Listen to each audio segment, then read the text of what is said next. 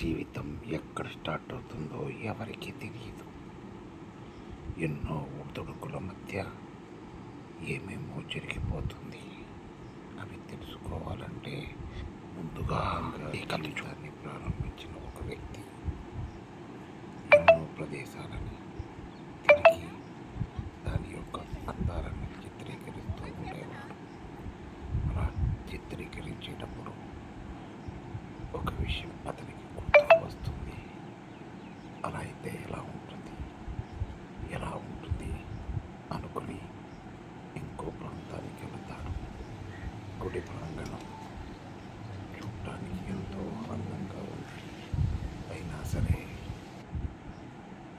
ఆలోచనలో మార్పు రాలేదు.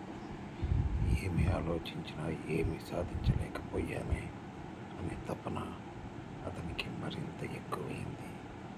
దానికి కారణం డబ్బు డబ్బు డబ్బు డబ్బు సంపాదించాలంటే ఏం చెయ్యాలి, ఎవరితో సావాసం చెయ్యాలి? చూస్తున్నారుగా, వీటన్నిటి మధ్యలో ఒక హత్య చేయాలనుకున్నాడు. ఇక్కడ ఇటుక రాళ్ళ సోలుంటుంది. మనిషి చచ్చిపోతే దీని లోపల వేసి కాల్చేస్తాం.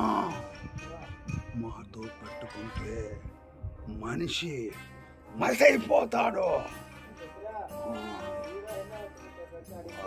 బియ్యమైనా లేకపోతే బియ్యమైనా ఎవరినైనా ఇట్టే పట్టేస్తాం. ఇటుక రాయిసులలో లోపల పెట్టి కర్రలు పెట్టి కాల్చేస్తా. నా కొడుక కాల్చేస్తా. కారంగా చూస్తా ఉన్నావా?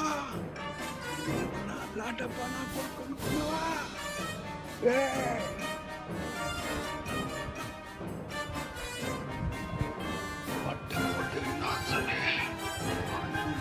కాబట్టి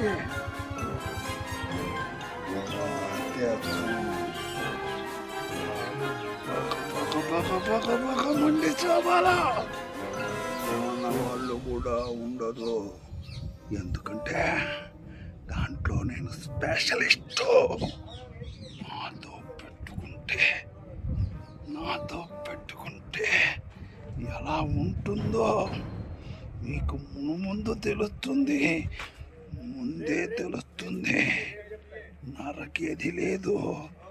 అన్ని కాల్చి చంపేస్తా.